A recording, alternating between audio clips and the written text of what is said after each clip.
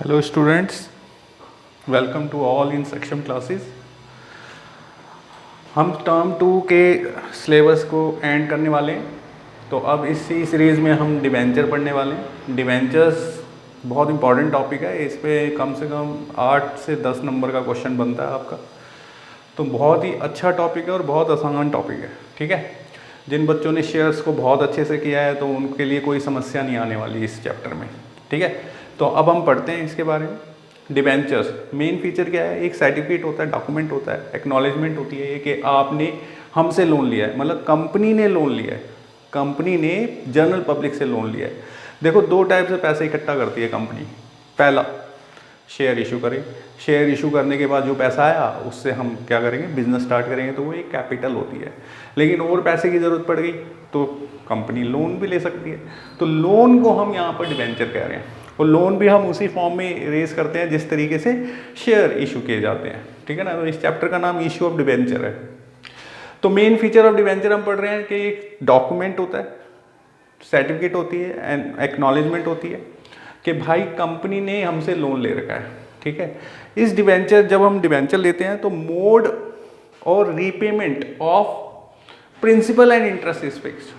मतलब हमने डिबेंचर जो इशू करने होते हैं, इशू करते हैं तो उसमें एक टर्म्स होती हैं कि भाई जैसे हमने लोन लिया 5 साल के लिए, तो 5 साल के बाद हमें वो लोन रीपे भी करना है। ठीक है, तो एक पर्टिकुलर डेट होगी, वो डेट फिक्स होगी, और रेट ऑफ इंटरेस्ट भी फिक्स होता है इसका।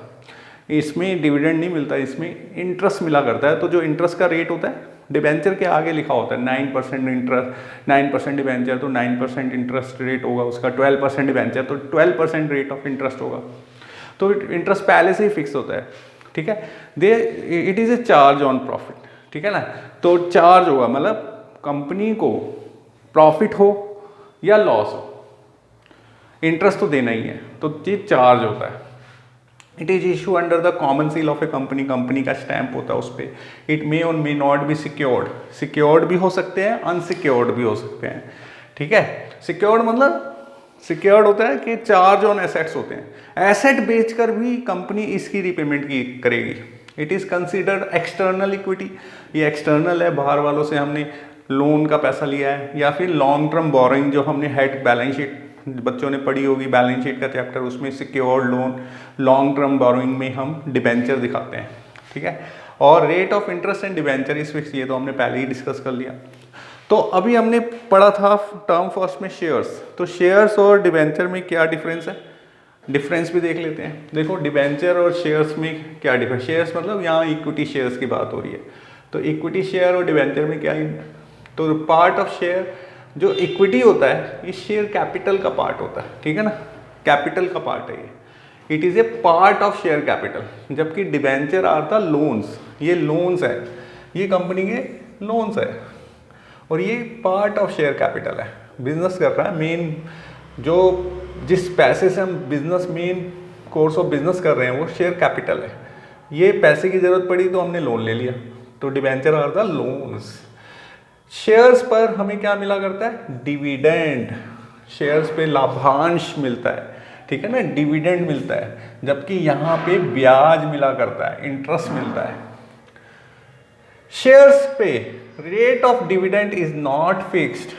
ठीक है ना, rate of dividend is not fixed. देखो, कंपनी को प्रॉफिट हो तो जरूरी नहीं है कंपनी उसी साल डिविडेंड भी देगी, लेकिन इस पे रेट ऑफ, और फिक्स का मतलब है जैसे 10%, 12%, 20% डिविडेंड, ये है ना, कंपनी अपने आप डिसाइड करते हैं कि इसके कभी 5% डिविडेंड देती है, कभी कभी वो 20% डिविडेंड दे देती है।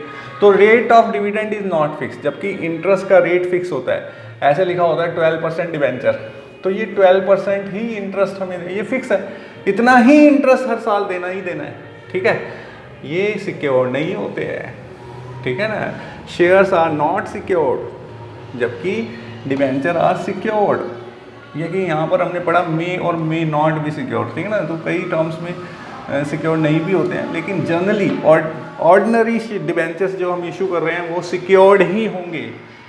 ठीक है, money is not required to be returned. देखो, शेयर्स की कैप, जो हमने पैसे इन्वेस्ट किए हैं, एक इन्वेस्टर हूँ मैंने कंपनी में पैसा लगा दिया, शेयर्स खरीद लिए, कंपनी मुझे वो पैसा पूरी लाइफ टाइम वापस नहीं करेगी। हाँ, अगर कंपनी लिक्विडेट हो जाए, डिसॉल्व हो जाए, तो कंपनी फिर उसके पैसे वापस करेंगे। अदरवाइज एक्सेप्ट डिसोल्यूशन या लिक्विडेशन, कंपनी मेरे पैसे कभी भी वापस नहीं करेगी। ठीक है, हाँ मैं मार्केट में जाके वो शेयर बेच सकता हूँ, वो अलग बात है, लेकिन कंपनी अपनी एक बार मैंने कंपनी के शेयर खरीद लिए तो मुझे वो पैसे वापस नहीं मिलेंगे कंपनी से। लिक्विडेशन के टाइम पे जब कंपनी ख़त्म होगी तब वो होगी नहीं होगी उसकी कोई गारंटी नहीं है, लेकिन पैसे हमें नहीं मिलने वाले। तो यही है कि शेयर के पैसे वापस नहीं मिलते। Money is not required to be return except on liquidation, liquidation पे मिलता है। जबकि डिवेंचर की तो टर्म्स होती हैं कि 5 साल के लिए लोन लिया है तो 5 साल के बाद कंपनी उस पैसे को वापस करेगी ही करेगी। ठीक है ना, repaid as per the terms. जो शेयर होल्डर है, शेयर होल्डर वो ऑनर होते हैं, they are the owner of company. Main owner तो शेयर होल्डर ही हुआ करते हैं। ठीक है, और सारे डिसीजन, ऑनर है तो कंपनी से रिलेटेड सारे डिसीजन शेयर होल्डर ही लिया करते हैं। जबकि debenture holder are the creditor of a company, इनको तो भाई इनको कंपनी के डिसीजन मेकिंग में इन्वॉल्व नहीं किया जाता। They are simply a creditor. उधार लिया है, आपको उधार वापस कर दिया जाएगा। ठीक है, तो इनको तो दूर ही रखते हैं और उनको हम क्या कहते हैं, क्रेडिटर होते हैं। तो debenture holder are the creditor. Share can't be issued on discount. देखो आपने पढ़ा था शेयर डिस्काउंट पर इशू नहीं होते, लेकिन sweat equity share, sweat equity share discount पे इशू किए जा सकते हैं। Okay, sweat equity share discount पर इशू किए जा सकते हैं। ऐसी कोई रिस्ट्रिक्शंस नहीं होती डिबेंचर के केस में। क्यों? क्योंकि debenture can be issued at discount, at par और एट प्रीमियम। तो ये कोई रिस्ट्रिक्शंस नहीं है, जबकि यहाँ पे रिस्ट्रिक्शंस थी कि हम डिस्काउंट पर इशू नहीं करेंगे। ठीक है, हम आगे चलते हैं, ये उतार लो।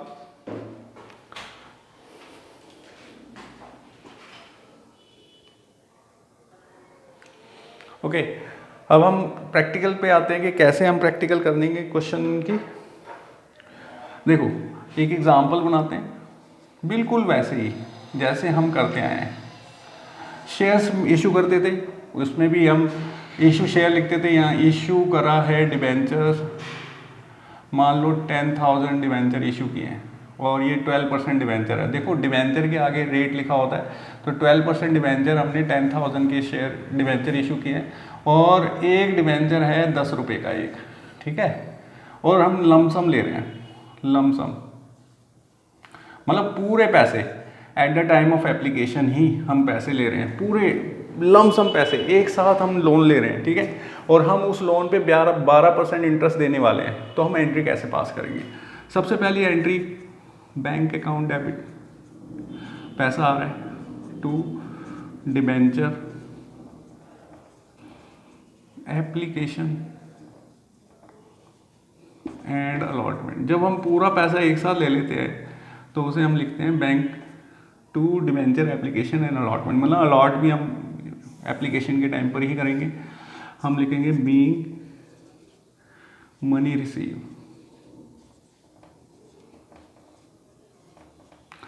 10,000 पे 10 रुपये तो 1,00,000 रुपये मनी रिसीव हो गई। ओके, अब ये is a part of loan, long term borrowing है, तो हम इस पैसे को डिबेंचर में ट्रांसफर करेंगे। तो debenture application and allotment account debit to 12% debenture हमने इशू किए, तो to 12% debenture account being application money transfer to debenture account. और ये इस तरीके से हम एंट्री पास कर लेंगे, 1 लाख डेबिट और 1 लाख क्रेडिट। तो इस तरीके से हमने पूरा डिबेंचर 1,00,000 रुपये का लोन ले लिया और इसकी एंट्री हमने ये पास कर दी और ये लमसम अमाउंट हमने एक साथ मांगा है। ठीक है, लेकिन जैसे हमने शेयर्स में भी पढ़ा था, शेयर्स में ये भी पढ़ा था, और जैसे पूरे पैसे लमसम उसमें भी लिए जा रहे थे, उसमें हम लिखते थे शेयर एप्लीकेशन अलॉटमेंट। यहाँ पर डिबेंचर इशू किए हैं तो डिबेंचर एप्लीकेशन अलॉटमेंट लिखना है। ठीक है, एग्जाम्पल 2 की बात देखें तो एग्जाम्पल 2 में मान लो हमने डिबेंचर इशू किए हैं, 12% डिबेंचर इशू किए हैं, ठीक है, 10 रुपये का एक है, 3322।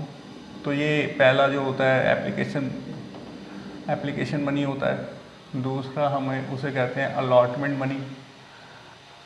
तीसरा हम फर्स्ट कॉल हो जाता है ये, एंड फिर सेकंड एंड फाइनल कॉल, है ना। ये आपको पता होगा, शेयर्स में भी बिल्कुल ऐसे ही हम करते आए हैं। तो अगर एंट्री पास करें तो एंट्री बिल्कुल वैसे ही चलना है, बस वहाँ पर शेयर्स था, यहाँ डिबेंचर वर्ड यूज़ करेंगे।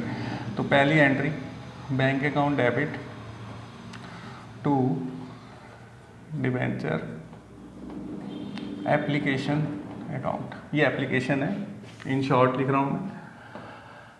3 रुपये के हिसाब से हमने कितने, मान लो 10,000 डिबेंचर इशू किए हैं। देखो डिबेंचर के आगे रुपीज़ ना लिखा हो तो वो नंबर है, तो नंबर से अमाउंट में बनाएंगे तो 10 रुपये का एक डिबेंचर है, एप्लीकेशन पे 3 रुपये है, तो 30,000 ही तो आएंगे हमारे। लो भाई 30,000 बीइंग एप्लीकेशन मनी रिसीव। अब हम इस एप्लीकेशन को डिबेंचर में ट्रांसफ़र करने वाले हैं, तो debenture application account debit to, ये डेबिट है, टू 12% डिबेंचर। लो भाई हमने 12% डिबेंचर अकाउंट में ट्रांसफ़र कर दिया 30,000।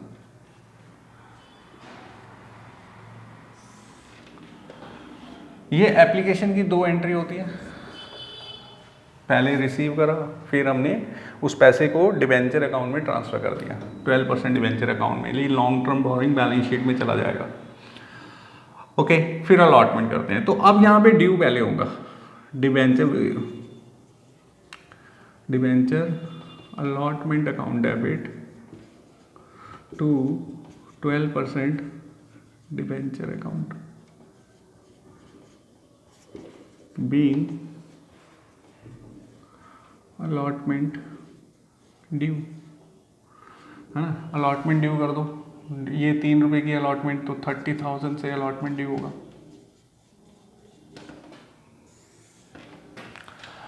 और bank account debit to debenture allotment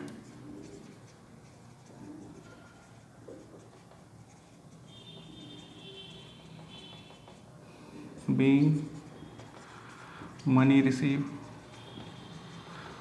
allotment money receive लिख दो, एक ही बात है, ठीक है। हमने 30,000 ले लिया।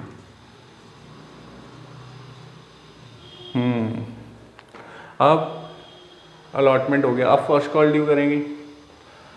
यहाँ कर रहा हूँ मैं, debenture first call to 12% debenture. Okay, first call 2 रुपये की है, 10,000 रुपये, तो 20,000 हो गया।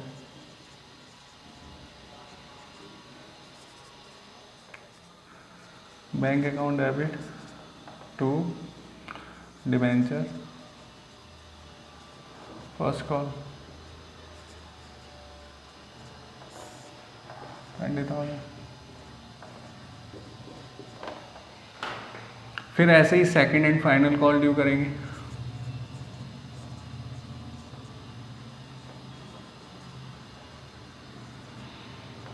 टू 12% डिबेंचर,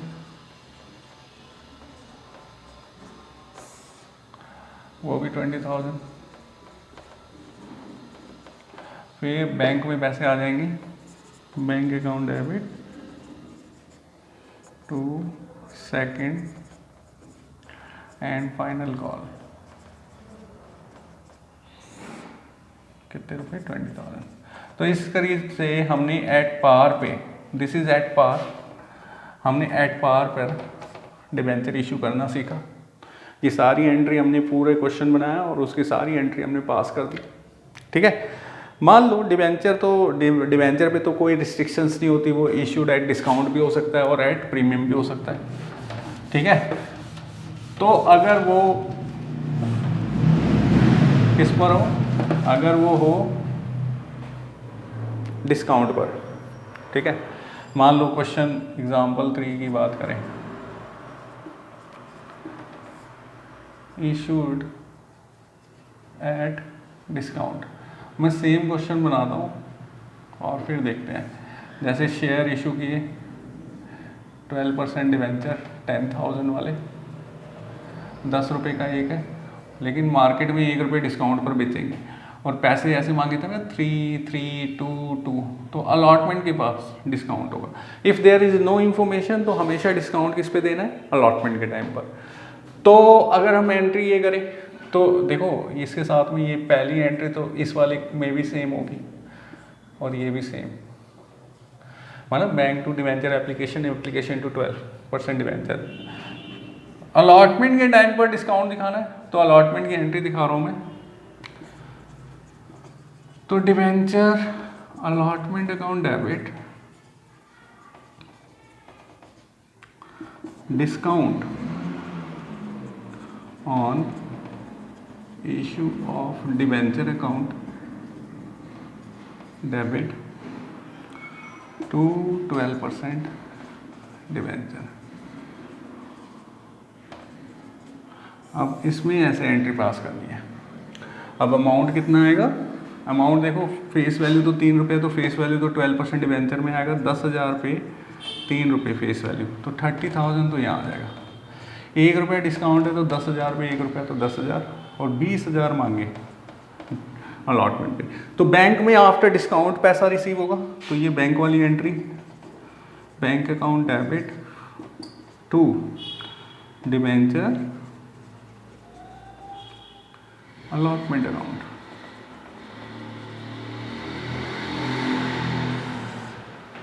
ठीक है, बैंक में कितने रुपए आएंगे, ऑब्वियस है डिस्काउंट के बाद ही आएंगे, तो 20,000।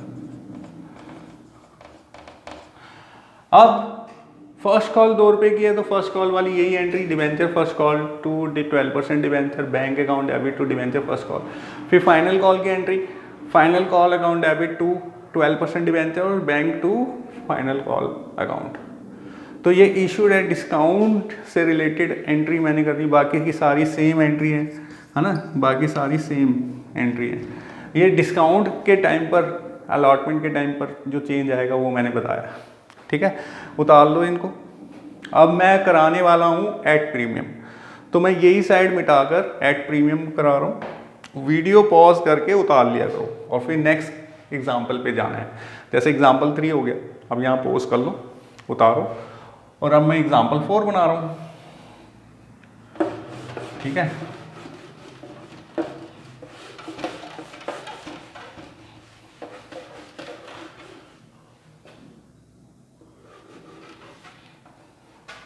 थ्री 322। अब प्रीमियम पे करेंगे, issued at premium, debenture issued at premium, example number 4। ठीक है, तो भाई पहले तो 3 रुपये की एंट्री है तो सेम एंट्री हो गई है एप्लीकेशन की, अलॉटमेंट ये पैसा ट्रांसफर टू डिवेंचर, ये दोनों सेम एंट्री हो गई। अब अलॉटमेंट की एंट्री चेंज करेंगे, यहाँ पर चेंज आएगा, तो debenture allotment account debit to 12% debenture account to security premium reserve account being allotment due कर दिया मैंने। लो भाई ड्यू करा। अब ड्यू में देखो 10,000 पे फेस वैल्यू तो हमेशा 12% डिवेंचर, तो 30,000 हो गया। 2 रुपये प्रीमियम, तो 10,000 पे 2 रुपये 20,000 का प्रीमियम हो गया और 50,000 आपका यहाँ पर आ जाएगा। ठीक है,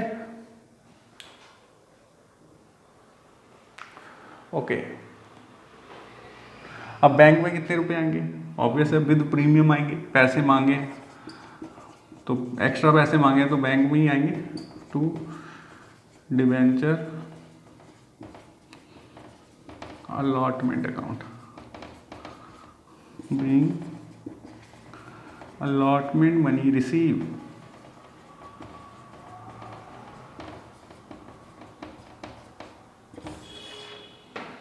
और 50,000 आएंगे।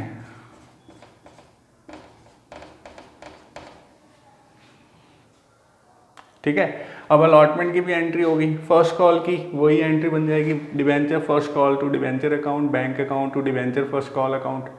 ये फर्स्ट कॉल की 2 एंट्री होगी। फिर फाइनल कॉल भी 2 रुपये की है, 10,000 रुपये, 2 रुपये 20,000 से।